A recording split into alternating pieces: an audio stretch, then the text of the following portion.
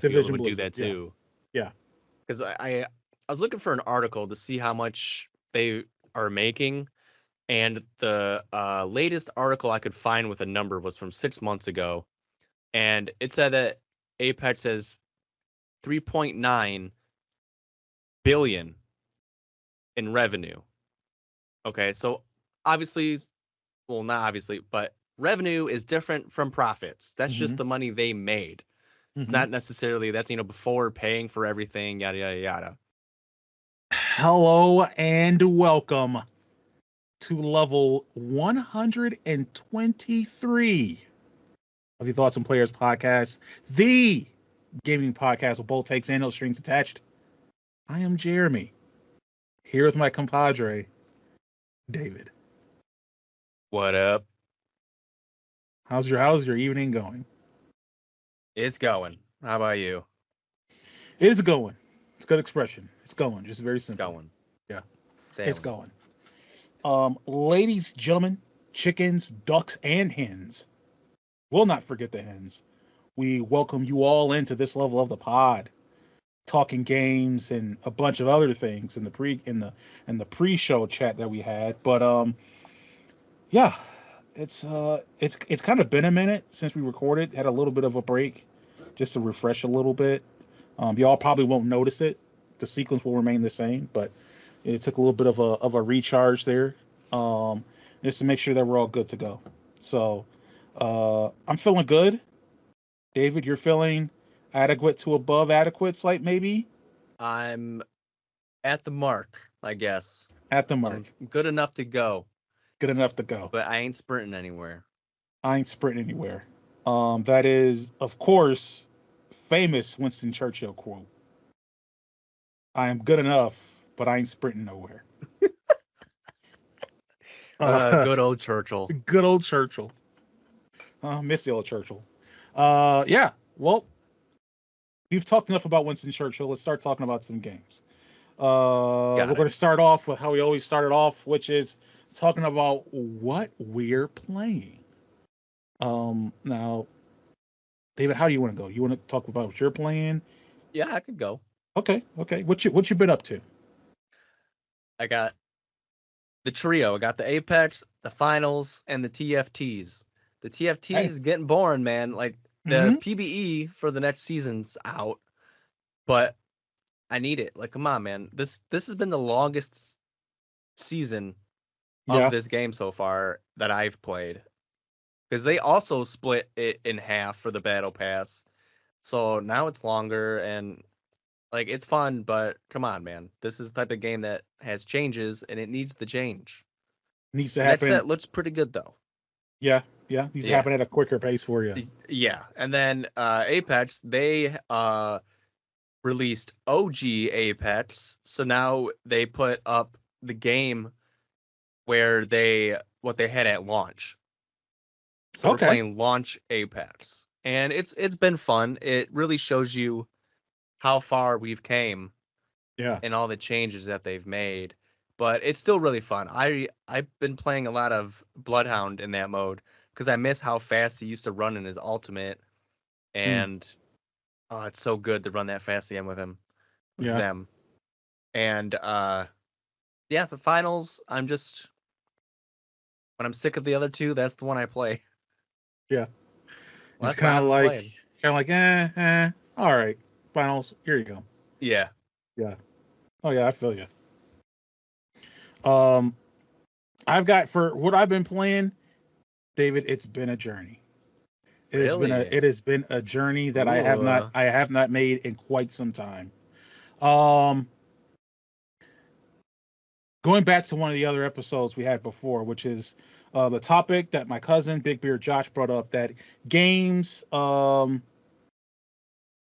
maybe it's not even one before that, games we're glad or we want to give a second chance to. I think that's maybe the level. Yes, I remember that. I think in that level, one of the games I mentioned was The Outer Worlds. Yes. And I mentioned trying to go back and play it. I think I mentioned I even downloaded it to try to get back in to try to play it.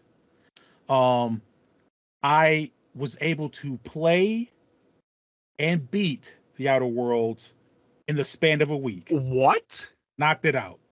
How long was it? It's not a long game. I would say it's probably, I would say maybe 15, 17 hours. I mean, that's more hours gaming than you've had the previous weeks altogether. Well, no, because before that was Mafia 3. Mafia 3 was 30 something hours. Yeah, that took you a couple of weeks though. Yeah. Yeah. Mafia 3 took me a few weeks for sure. This Which one is you just actually straight shot. that's actually kind of fast as hell now that I think about it. I wouldn't think I would beat a 30-hour game within a few weeks. But yeah, Outer Worlds has a bunch of other side quests you can do. The game can be longer. There's like if you make certain choices, it opens up certain areas, and the game Got it. the game can get to 20 or 30 hours. But for what I did, yeah, I think I was probably a little under 20, maybe. Say maybe 17 to 20. I did play a lot of the side missions. Um, the game's great. It's a great game. The shooting is fun. The strength of it obviously is Obsidian and their writing. It's awesome. All the characters are interesting. The plot situations are interesting. Even the side missions and stuff like that. The worlds they're able to create, they're smaller. They don't have the vastness of a Starfield or something like that. It's a smaller scale game, but it works. You're able to kind of get in and get out at 25 hours. You can kind of pretty much explore or experience most of what the game has to offer, maybe even a little less than that. Um, but yeah, I just really enjoyed my time in it. Like I can only beat a game in, let's say, 3 weeks or in a week if I'm fully invested in really enjoying it. Otherwise, Right. I don't progress at that rate unless I like super commit to it. I also find that for me, and I have to keep reminding myself this, is that I enjoy games more when I play them to beat them rather than play them to experience them. And I know that sounds like it doesn't make sense at all, but that's actually kind of the fact. Like when I think back on the games that I've actually enjoyed most, it's the games that I went in with the intention to beat. So I think of the Outer Worlds. I think of Final Fantasy 16. I think of Expeditions Rome, right? Like those are, even there's some games like Wildermyth. I didn't go in there with the intention to beat it. I went in there with the intention to experience it, and it was a great experience. But by and large, games that I really enjoy are games I go in with the intent of beating. And so the Outer Worlds provided that. That was great. When I wasn't playing the Outer Worlds, I was revisiting Sifu. Sifu is on Xbox Game Pass right now. I rented it, played it, and beat it on PlayStation 5 when it originally came out. But I've gone back and revisited Sifu. It is such a good game. Great with the difficulty that it offers, the combat. It's so awesome, right? The tone of it, the art. It's a great game. So I've been revisiting and playing that a little bit. And because I knocked out the Outer Worlds, and because I've been kind of playing Sifu, but not in a rush to play Sifu, I decided to pick up another game, but not like buy another game. This is the trap, is that I'm trying to get backlogs of games I don't necessarily really have to beat because they aren't games that I actually own in a backlog. So also on Xbox Game Pass, it's been for a while, is a game made by our favorite developer. You mentioned one of the games they create. The other game they created was a game called Jedi Fallen Order. So I've gone to restart trying to play Jedi Fallen Order because I played it a little before and I felt like I didn't really give it a chance. And from everything I heard, it was a good story, the combat. So I went in to play that game. I've been playing that. I've probably put about 5 to 7 hours into it. I'm hoping to beat that pretty soon. So I'm into that. I will tell you that game I may not successfully beat. I want to, but the navigation in the game, and I'm this is not hyperbole, is one of the worst navigation systems I've ever seen in a game. Really?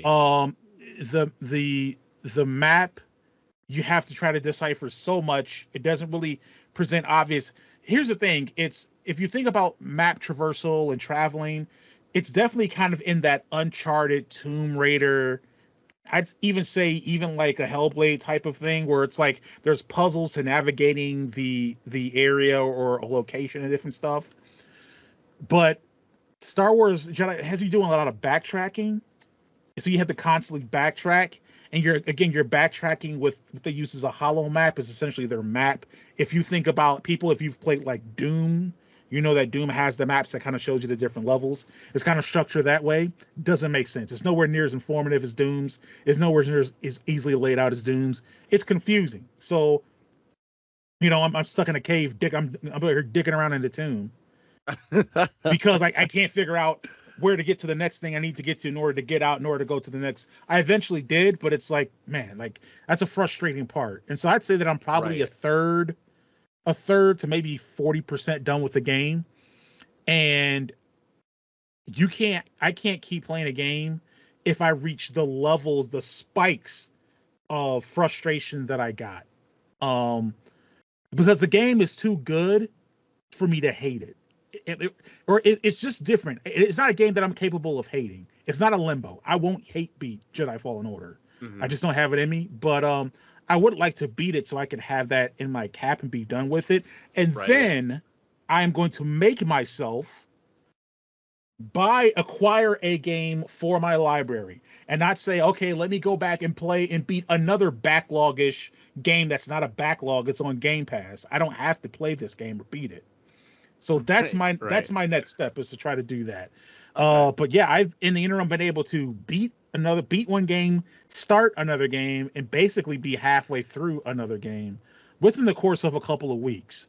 So it has been quite a ride. And I'm not even sure if there's possibly even another game or two that I'm forgetting I played in the interim of that I'm I may be forgetting. So but yeah, that's what I've been up to. That's what I've been playing.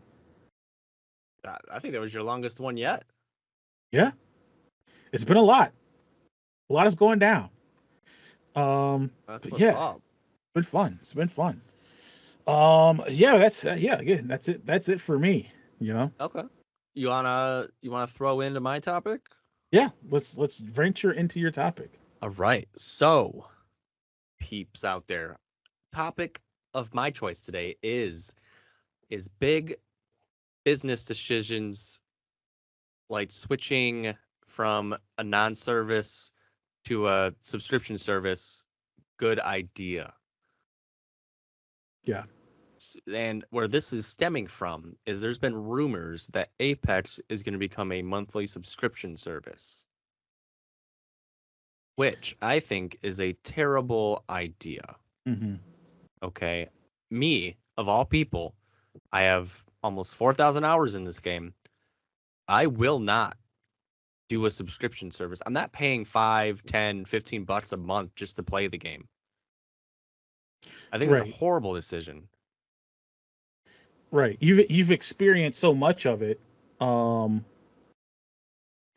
You've experienced so much of it. Like, why would you? You know what I'm saying? Like this. Yeah. You pay for the battle passes.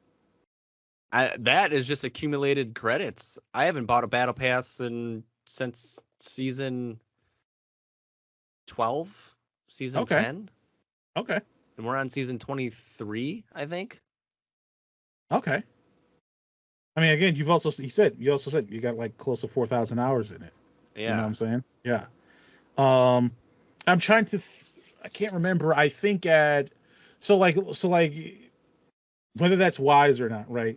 I think that if I recall correctly, so I don't play a lot of MMOs, but one MMO I did play was at one point was an Elder Scrolls MMO.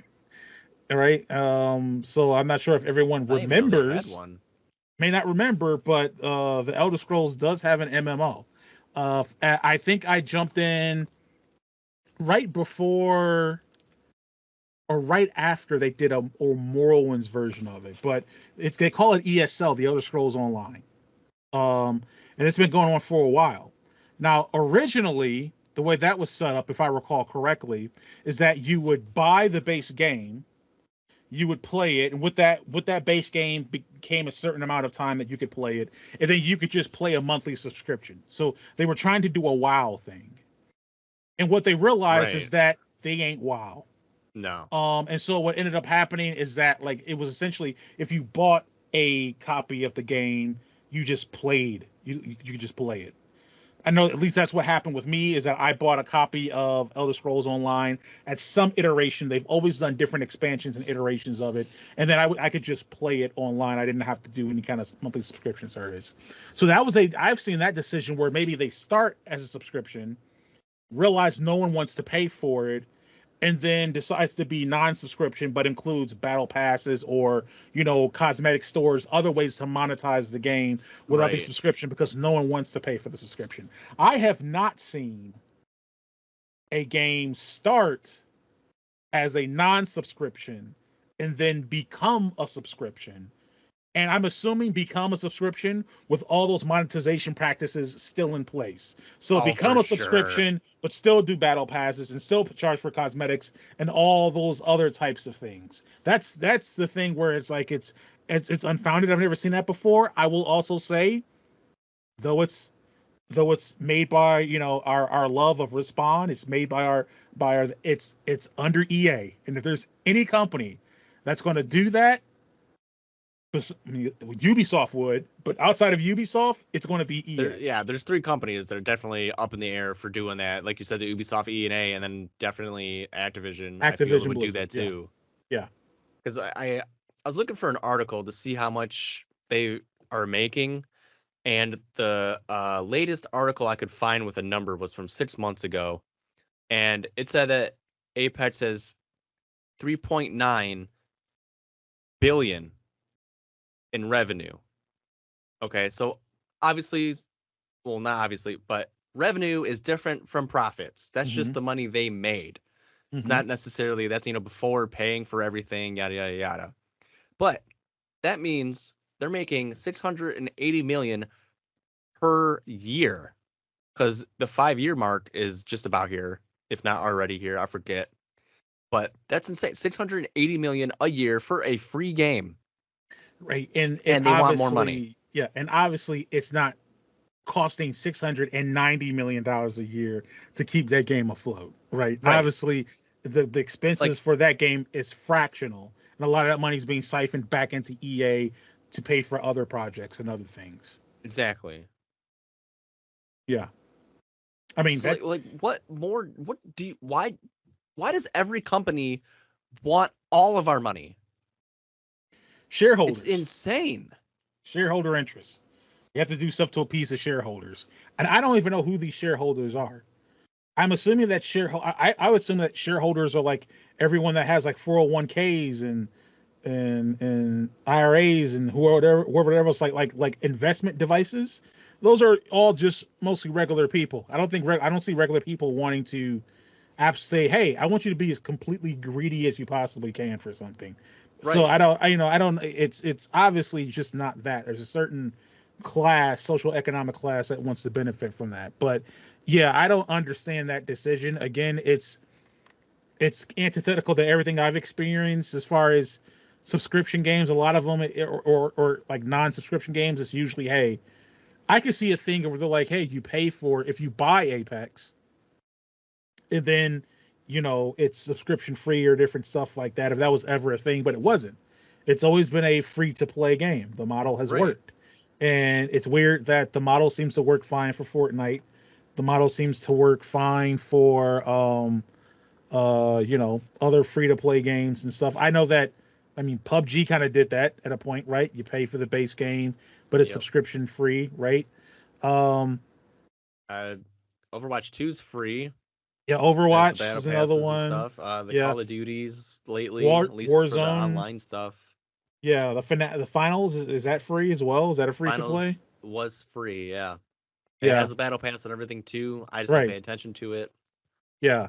So yeah, there's a lot of people or businesses are following this model, and it's obviously working. Yeah, it's working. At least for the past 6 years or so. And like one of the, I forgot the name of the studio, but basically the developer that really kind of showed this model works is the developers of Warframe.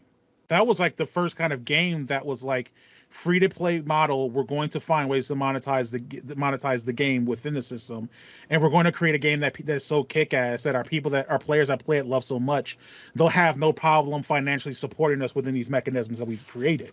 And they were right. Right. So then everyone else kind of eventually ended up adopting this philosophy, and Apex seemed like Apex benefit from it greatly because they had to. There was argument when Apex was kind of like rising up that it is the free to play and battle royale market too saturated, right? And you know, Apex did that great thing with the that great like kind of preview with all the streamers and different stuff like that to really kind of that it was basically like a I don't know how you do it, like a just a drop, and they just dropped it like completely. Yeah, there was like nothing about it. No It build like, up hey, or guys, anything boom. like that. Yeah, here you go, right? And benefited a lot, and people were able to immediately access that game and experience it. Why? Because it was free to play. They removed the barrier for it, right? So the idea that they're now going to put one on there, not out of necessity, they don't need to, they just want to. Right. Yeah, that doesn't bode well. That seems like that would be an absolutely terrible decision because there's also the difference of people have to account for this. Like when people have been introduced and experienced something a certain way for a certain time, they affix a certain value to it. So for a lot of people, Apex isn't worth a subscription because Apex has never had a subscription. It's the same with you. It's the same like with YouTube. I would never pay for YouTube because I never had to pay for YouTube. Yeah, all the ads. Get YouTube Premium or Plus or whatever it's called. I'm like, no, thank you. That's just not how this relationship works. It's just not.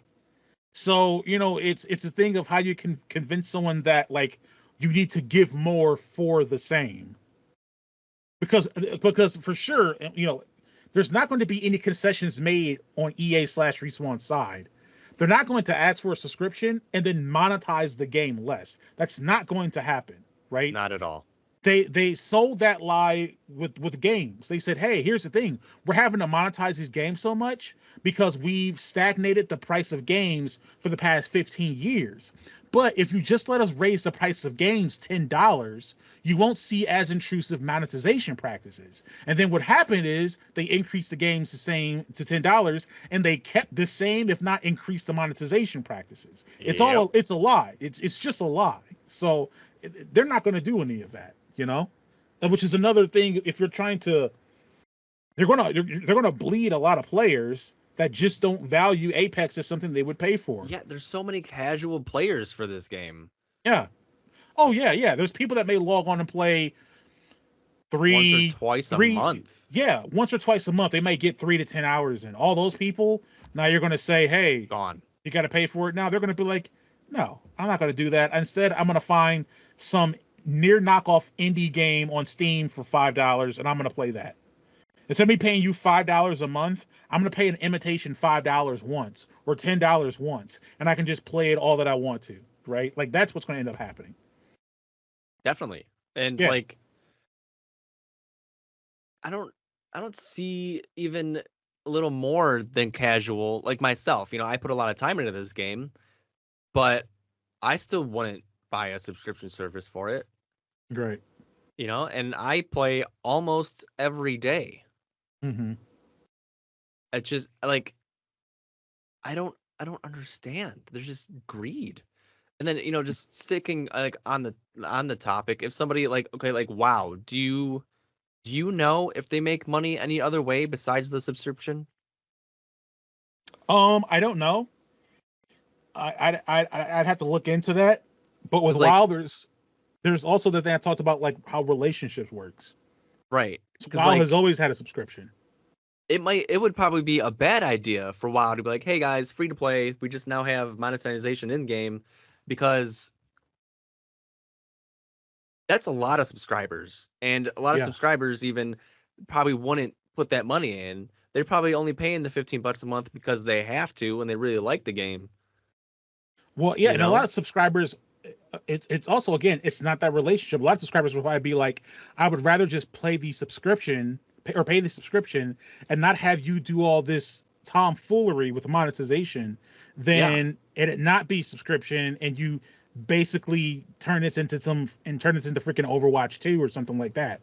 They probably prefer that, you know? Yeah, because like I'm not against subscriptions, you know, because like for like WoW, Final Fantasy 15. 14. 14. Okay, like Yep. they're online. They have the subscription, but that's been their basis this entire time, Yeah. and that's fine. It's obviously working. They're doing well, and we both don't know, but it doesn't seem to me like they're just pushing the purchase stuff in game. Yeah, I don't know what their online store type thing is, right? Because I have a few friends that play WoW and Final Fantasy, and none of them have complained about the stuff in game being pushed for buying Gotcha. stuff. Yeah. So I'll assume that they're decent businesses for those games. Like Hmm. subscriptions, not a bad idea. But going from free to play for 5 years into it, I think is a bad idea. Yeah, it's all based around expectations and what it's been so far, right? For WoW, it's been the value, it's been subscription. That's cool. For Final Fantasy 14, that's been the relationship. It's been subscription. That's the deal. We're cool with it.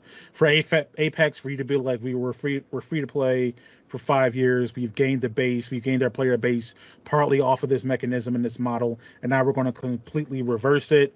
And we're going to charge you all, and we're also going to keep the battle passes, and we're going to charge the amount that we charge for cosmetics. Also, please don't leave us. Like that just doesn't seem wise. It's just not going to work.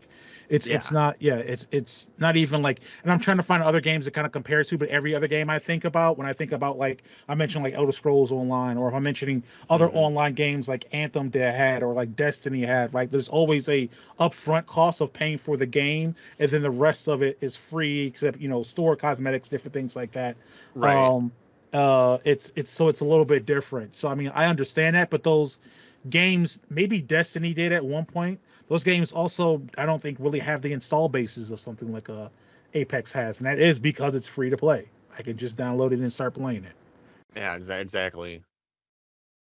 But Bad, not very smart, EA. no, I don't think so. But Yeah, again, rumors. So right. who's to say when and if this is gonna happen? But I already know my answer. Yeah, and then there's also the thing of, I mean, just a kind of a glimpse into my thinking. There will be enough people who are dumb enough who will stay around and make that idea profitable. Like I don't think it's a good business decision, but it just because it's a bad decision doesn't mean that it may not work. Essentially, is what I'm saying, right? Like, Tell me about it. Yeah. yeah, there's enough dumb people that will say, "Oh, duh, by golly, I love blah blah blah. I'll pay $12 a month for Apex Legends," and it's like okay, like do your thing, but then I don't know. It's just, but overall, I don't think it's a wise decision. Yeah, same. Yeah. I think that's all I gotta say about it. You got Okay. anything else? Nope, not really. Okay. What is your topic? Greedy companies being greedy. So let's Typical, let's typical. yeah, let's stick within the realm of EA and bad decisions, Oh, and, okay, and kind of okay. building on top of that lies. So I think in a last episode, last level, maybe I mentioned it. I don't know when I mentioned it, but I'm pretty sure I mentioned that the Drag Age, the Veil Guard came out. You did, you Um, did. and it got some pretty good ratings, though there were obviously some more critics, and an obvious sentiment emerging that this game should not be getting the positive light that it is getting from the media, the games journalist media, and um, that's pretty par for the course. It feels like. Yeah, I don't ever see like terrible reviews from the bigger companies. Yeah, At it's worst, I've or seen a 6. right, and at worst you'll see a six, or it's a game or a publisher that they have no problem ripping on. For example, a Microsoft Xbox, and they have no problem ripping on a game that is obviously really bad, i.e., a Redfall, right? So IGN will give Redfall a 4 or a 3. Cool, they have no problem ripping on Xbox, and Redfall was a disaster. Mm-hmm. It was a disaster. So that's cool. But otherwise, especially for a game like Dragon Age, there's certain elements about it that really align with what games journalists kind of feel and want games to be and look like. And so there was a lot of eights and nines and tens for a game that seems incredibly mid. And that's been kind of emerging. Some things that have came out about it is that the game failed to break 90,000 concurrent players on Steam. On that same platform, it's sold less than 500,000, I believe. And there's been a high amount of refund requests that have been coming in for it. So essentially, people give this game an hour or two on Steam, or I think pretty much it's universal now that you have maybe a 2-hour max play time before you can refund a game. And so people are asking for refunds. They're like, hey, give me my money back, give me my money back, give me my money back. So it's very clearly, and I mentioned this before, that I felt like games journalists were universally mostly gaslighting us. Definitely. Just lying. And that seems to be the case. The case here? Yeah. And look, here's the thing. When you examine games, video gaming and gaming history, there are lies abundant. And we've talked about some of these lies, I think, in the past, but not specifically on the idea of just the lies, on some of the great game lies. So I thought it would be fun if maybe we just kind of reflected and reminisced on some of the greatest lies we've experienced in video gaming. Okay. Because there's a lot. Countless. I can start off with one. Sure. I can start off with one person. And when I say like, hey, like what's a great gaming lie? What's one of the greatest gaming lies ever told?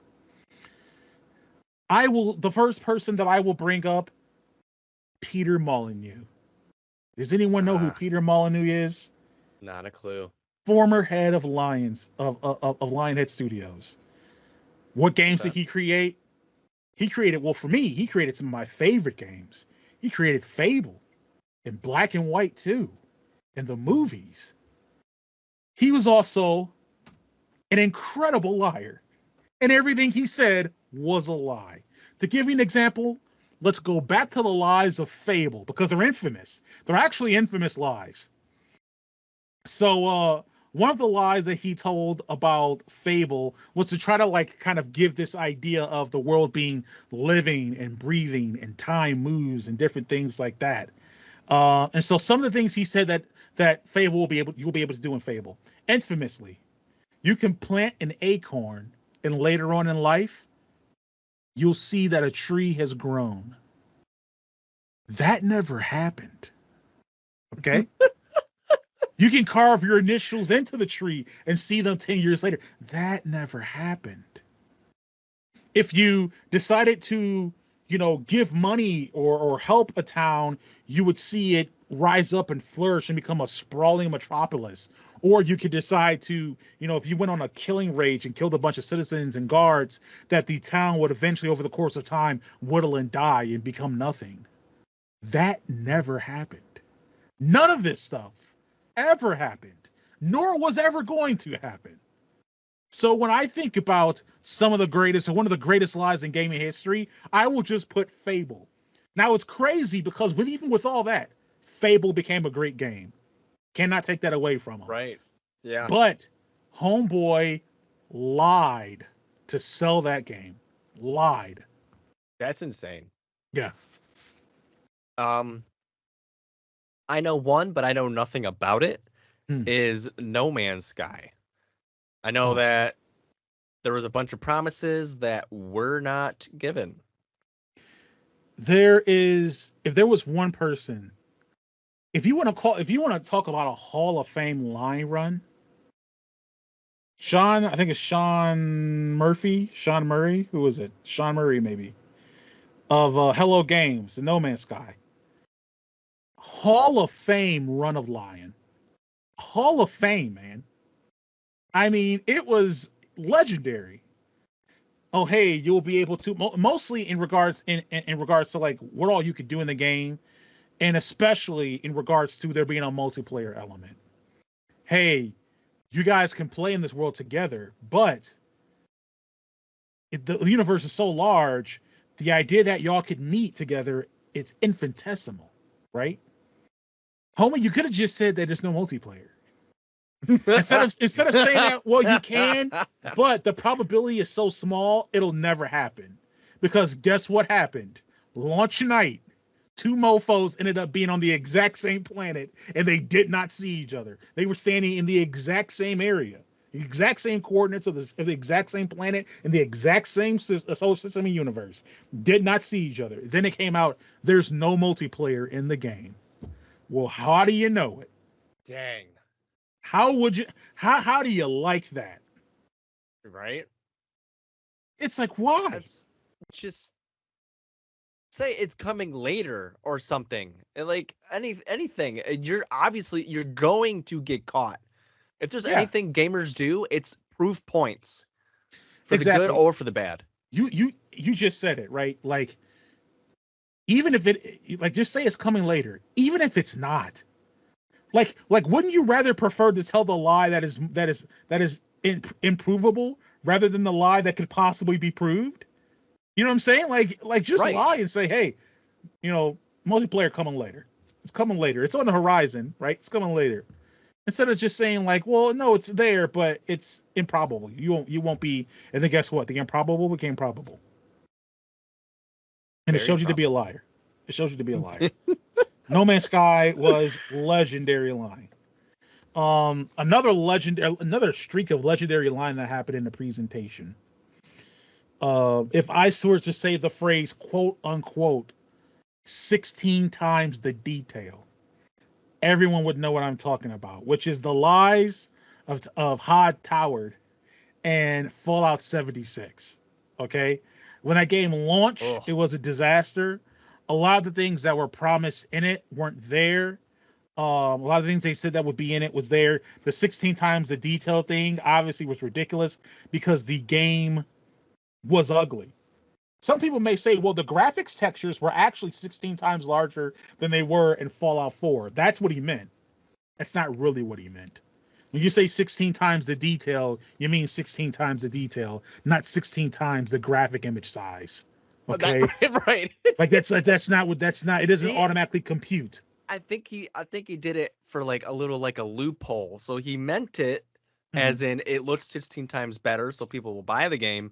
But what he actually was saying was it was just 16 times bigger, so that way he wouldn't be caught in a lie.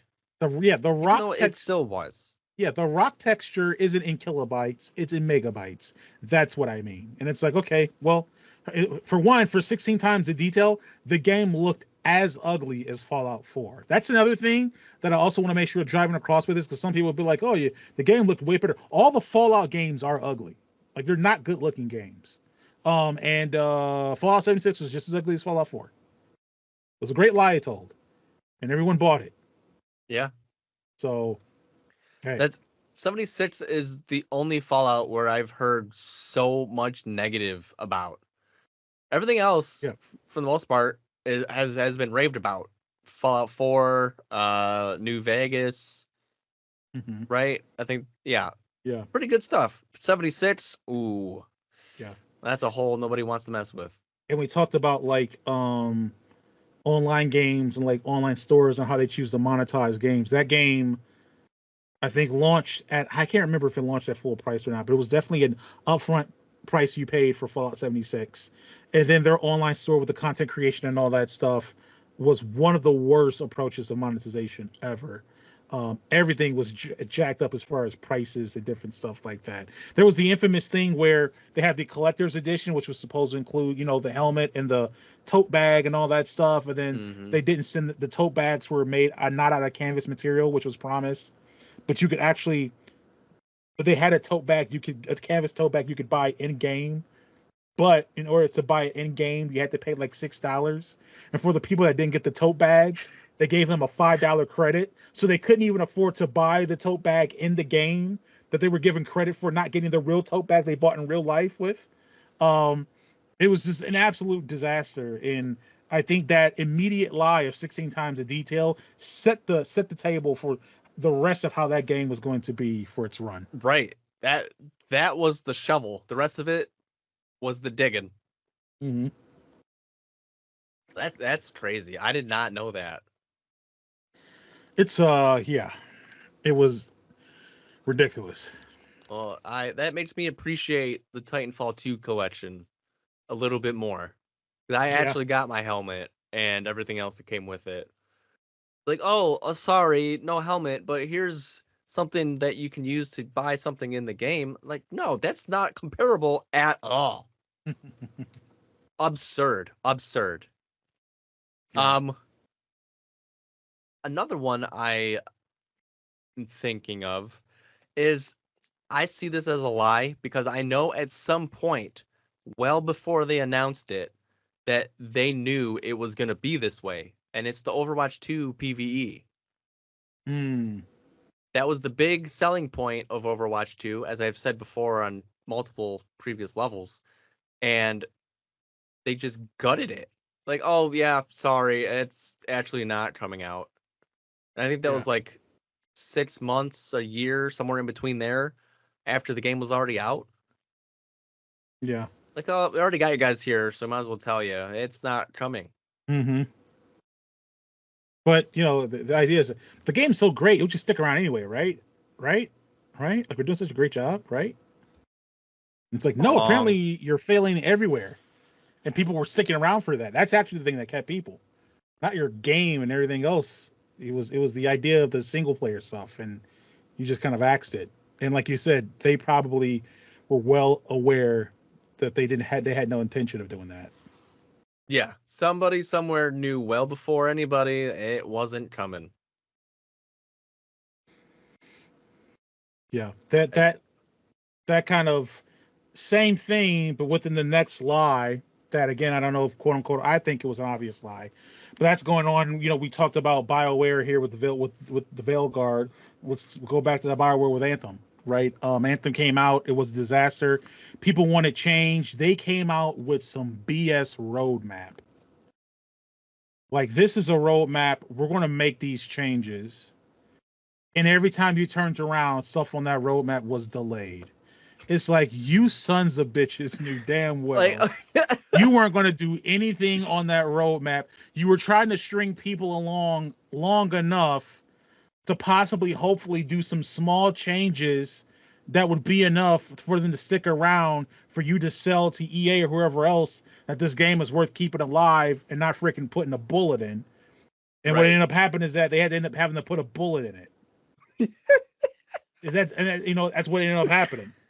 Uh, And it's also, I mean, for me also, at least, it's the idea that you put a bullet in this game and it takes you all this years, all this time, all these years, and you turn around and come up with freaking Dragon Age: The Veilguard, which, I mean, it's insane what's happening with BioWare. But in that specifically, the lie was that roadmap. We're going to do this roadmap. We're going to bring you the content you want. We're dedicated to Anthem. This isn't. You guys aren't dedicated to anything. You guys wrote that out. You're like, hey, let's keep this going. Let's make it seem like we're doing something. We know this thing has got a bullet written all over it. So yeah. it's like, Here's whatever, the trail man. of what we're gonna do, but they just keep venturing off into the woods instead of staying on the trail. Right. Well, which people may think, Like, like, if most people are already over the game and the roadmap doesn't do anything, it's a matter of, if you're someone that maybe had some interest in the game, or maybe you played a little bit of it, right? And you're like, oh, okay, this game is cool. I'll pay it. I'll buy it at a lower price, like I did. I bought the game when the game was selling for $20. I knew the game was a dumpster fire, but I liked some mechanics of it. And then if you're playing this, I'm like, okay, I'll just play this for as long as it lasts, right? I knew the game again, it's gonna die. But when they come out and say, hey, we have a roadmap, then you're like, oh, okay, this might end up being a game that changes and improves enough where this investment proves fruitful down the line. So then you can either get people that came in late, you can maybe get them to stay longer, you can maybe get some other people who are trailing in interest and actually get them to commit to the game by putting out this roadmap for 3 months, knowing damn well you aren't going to do anything for the next 3 months. You're just getting their money. Like, that's where the lie and the con is, right? right, exactly. The Oh great my lie. god. One of the great lies. I don't know if I can think of any more lies, but I do know the biggest debacle I can think of was the Cyberpunk. I know they kept like delaying, and eventually it came out and it was a crap show. But they did turn it around eventually. But Yeah. that I remember that one just being a big one. Everyone was so disappointed and Yeah, I remember, ugh. especially on the original, on the which was in current gen consoles. Xbox One, PlayStation 4, you fired it up and you saw the screenshots, and you're like, is this Cyberpunk 2077 or is someone playing GoldenEye on N64? I don't know Right. what's happening here. Oh God, it was terrible. Yeah. I mean, it's a great opportunity. That's another great example of a game eventually being able to turn itself around, right? Something that they at least there was a commitment to doing something there, and they meant it. They weren't lying about that. We're going to improve the game. They weren't lying about wanting to improve the game. This could have been you, Anthem. It could have been. It never could have been Anthem. It Because of BioWare and because of EA. It's a two.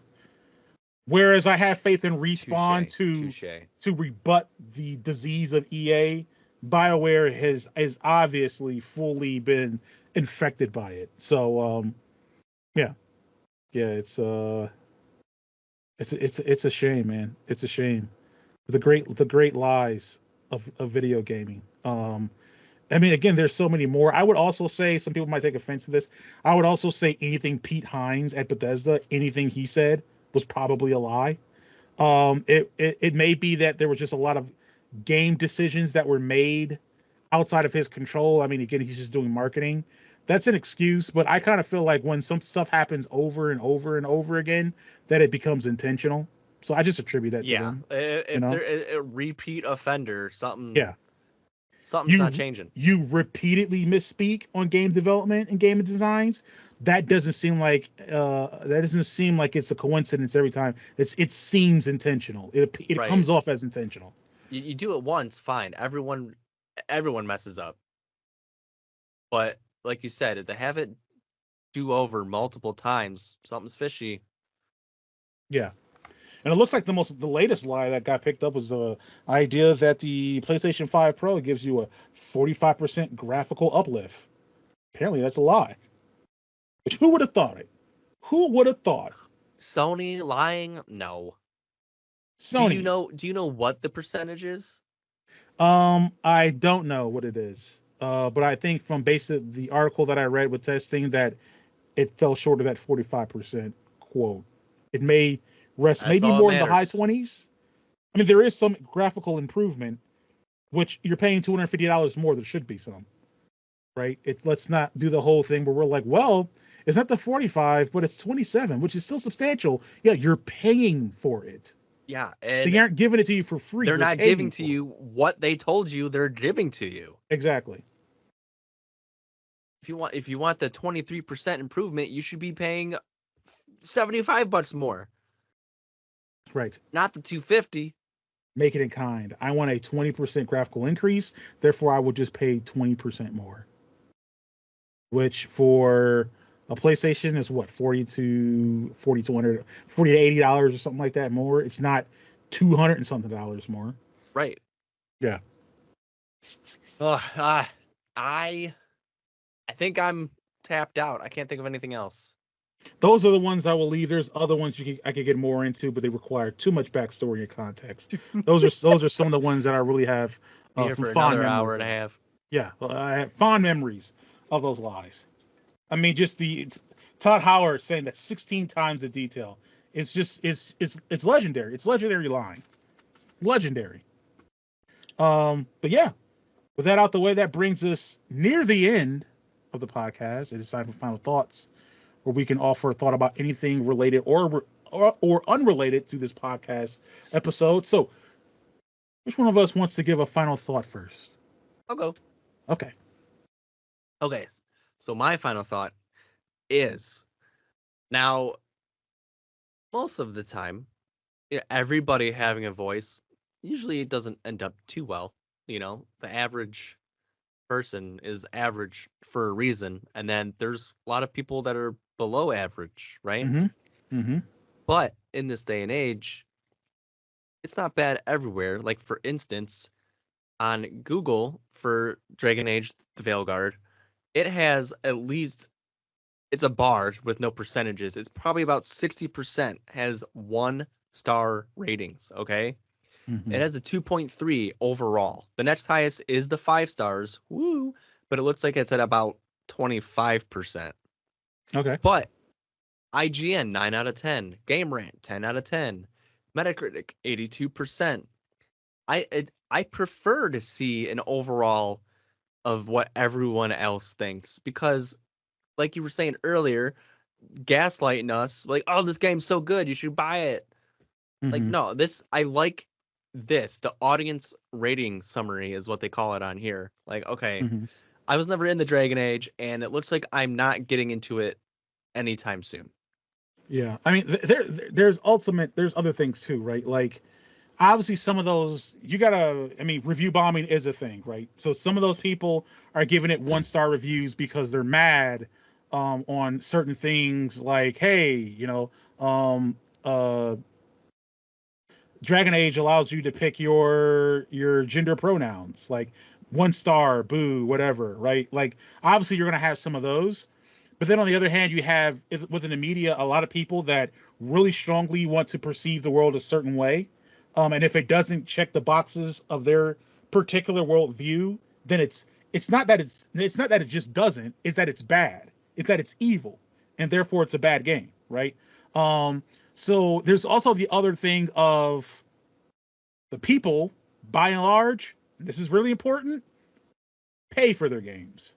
So they're viewing this game within the context of it being a $70 purchase and not a game that I got for free because I know uh Jennifer at uh Electronic Arts or BioWare, and they hooked me up with a copy because I write some articles for Game Rant or I write some articles for Kotaku or whoever else, right? So the whole prism of how that's perceived or viewed from a value perspective is a lot more relevant and relatable for someone like me. If I go get Dragon Age the Veilguard, I got to pay for it.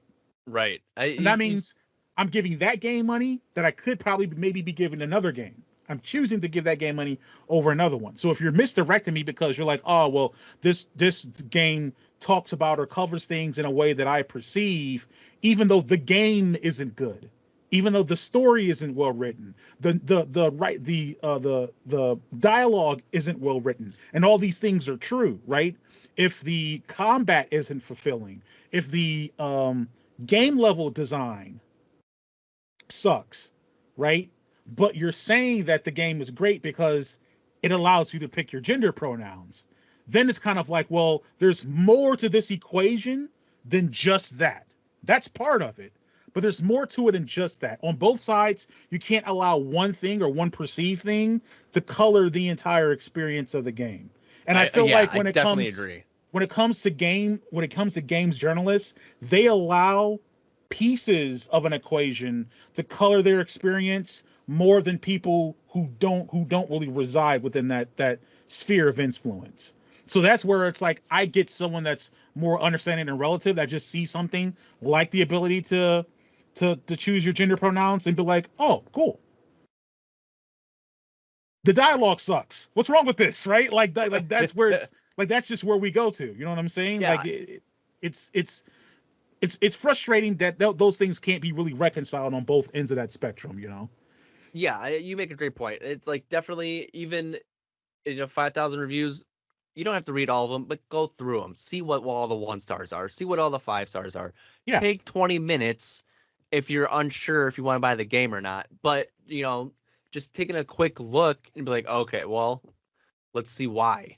Yeah. I mean, it's video. So look, it's video games. It's a non-essential. We do a gaming podcast. Video games are non-essentials. I advise, like David said, you should be able to take 20 minutes if you're going to spend $70. Give your $70 20 minutes of consideration. Go through some 1-stars, some 5-stars, and everything that's in between, and just get a curated, eclectic understanding of what a game like Dragon Age Veilguard or any game for that instance, what it provides and what it is. I think that's why one of the worst things that happened, and I'll extend this to just my final thought as well, just to kind of like piggyback on it. Like one of the worst things that happened was, and they're still out there, but there's such a decrease in the availability of game demos. Remember how there used to always be game demos back in the day? Oh man, they just throw them in. They just throw them in, right? It's so you can demo the game. It's so you can get an understanding. If I can play 5, 10, 15 minutes of Dragon Age the Veilguard, and I know for myself that story and character character arcs and character narratives are really important to me in an RPG. And if I play 10 to 15 minutes of it and I realize that the story and the dialogue sucks, then I'm like, okay, I'm out. I don't have to worry about this, right? And if I'm someone that's more focused on other things, and then Dragon Age does that, whether it's seeing myself reflected in certain characters or certain character choices, and I'm like, this is really cool. I want to buy more of this game, or I want to experience more of it. Go buy the game. You're good to go. Game demos kind of help with that. They do still exist a little bit. You can sometimes like go on and see like free demos available. I think PlayStation actually does a okay job of that compared to the other ones. Of providing game demos, like Final Fantasy 16. I played the demo of that, and then I decided to buy the game. Right, exactly. And I know Resident Evil's the last few ones have had demos. They've had as well. demos, yeah. They usually pretty consistently have demos for Resident Evil, which is great because of the stories. You can kind of just drop in, get a little vignette of the story, and then you're like, cool, I want to buy or not buy. So I think that's really important. But yeah, you gotta review. I mean, look at them, check them out. Like you have them on Google. If you're playing on Steam, look at them on Steam. I mean, keep in mind all these different things. Think about some of these games have different types of baggage with them. So another game I think of that had a lot of baggage with it was Black Myth Wukong. Keep all that in mind. Read those 1 stars, read those 5 stars, see what people are talking about. See if they're obviously just sandbagging just to sandbag because they come from a certain perspective and they just want to impose that on others. Vet all that stuff and then make your purchasing decision. You should give at least some time to your purchasing decision when you're going to spend that much money. It's not like me in Thronefall. Yeah, I looked at Thronefall for 5 minutes and bought it. Well, guess what? It was $11. $11. You can get a okay pizza for $11. So, you can, yeah. So, what I'm saying? For one, I mean, that'll be another final thought of mine. Pizza prices through the roof. But anyway, you just do that. Do like David said. Take time, look through all of it, and vet it for yourself. Like you said, I just went and looked on Steam to see what the reviews were, and they have 20,000, and it says mostly positive. So it's on the better side than Google. But when I clicked the mostly positive, I already saw some of the downvotes on the side of it. Mm-hmm. So there's we both said, go through, read them, give your money some time. Especially with controversial games like this, like The Last of Us Part 2, whether they deserve to be controversial or not, you have to. There's angles. People are trying to push angles. And so you have to be able to keep those in mind and think about it. You can vet, you can read a review and tell if someone's even played the game, or if they're just like, this hurts my feelings of X kind of ism I follow. So therefore this gets a 1 star. Or, hey, this supports my ism, so it gets a 5 star. And it's like, well, but is the game fun? I mean, do we ever judge games on being fun anymore? It feels like it's so hard to judge if a game is just judged on being fun. What is this fun word you speak of? I know, right? Like what the heck? Idea. In video games? Fun in my hobbies? No, I want my hobbies to be politics. Absolutely not. Come on, dude. Ugh, fun? No, I need to grind. I need to get mad. Yeah. Oh, yeah. Well, that's what hobbies. Your hobbies are becoming grinds, right? Grinds and gambling dens for corporations. Anyway, that brings us to the end of level 123 of the Thoughts and Players podcast. If you liked what you heard, especially that last bit right there, be sure to like, follow, and subscribe to the podcast on your preferred podcast service. We are on all of them. Yeah. Also, you can like, follow, and share the podcast on the socials. We're on Facebook.com. We're not Facebook.com. What am I, 80 years old? We're on Facebook. We're on Twitter. We're on. I mean, you weren't wrong. Am I 80 years old? It's not Twitter. It's X. We're on Facebook. We're on X. We're on. See, that's okay. Another aside. Was that intentional to call it X? So you say that we're on X, and then it sounds like you're saying that you're on ecstasy. Was that intentional? Could be. We see who it is. So yeah. Who knows? We're on we're on X, we're on Instagram, TikTok, and of course we're on YouTube where we upload video versions of the podcast every week. If you want to support the podcast, a couple of ways you can do that. One, get merch. Okay. I am finally able to I see you're spouting some. Got the Thoughts Look at and that Players logo. shirt right here, right? Looks great. Orange really pops on it. Well made. On our Teespring store, you can get that. Phone cases, hats, stickers, all those good bits. And then also we have a Patreon. If you want to support us, we have a 2, 5, and 7, or 1, 2. We have 3 tiers: a 2, a 5, and a 7, and each one offering different bits and goodies. Again, have the it's in edit, which is going to be the next episodes of the Game Dev Tycoon. Those are in edits, also in scripting, so it won't just be patrons will see it first before it goes on our YouTube. Also have a review of Expeditions Rome that I am in the middle of scripting. Almost done with that. Can't wait to talk about that game because I really enjoyed it, and it's a lengthier game to explore. I try to keep all our reviews in that 10 to 12 minute range. If you want video essays, go to someplace else. I ain't got the time, just to be honest with you. I just ain't got it. I can't give you 30, 40-minute video essays. What is this, college? I know, right? I can't do it. I can't do it. If you want someone to decipher the beginnings and ends and the flaws of Mass Effect Andromeda, go. There's plenty of people with 40-minute to 1-hour videos, 4-hour videos on that game. You ain't gonna get that here. You're gonna get concise, but hopefully well-articulated reasonings as to why something worked or didn't work in our overall recommendation of it. But that is coming out for Expeditions Rome. Hopefully in the next week or two, I'd like to get that review out. So be sure to look out for that. But that is it for me. David, was there anything else you wanted to add? Peace. Alrighty. Well, thanks for tuning in, and we will catch you on the next level.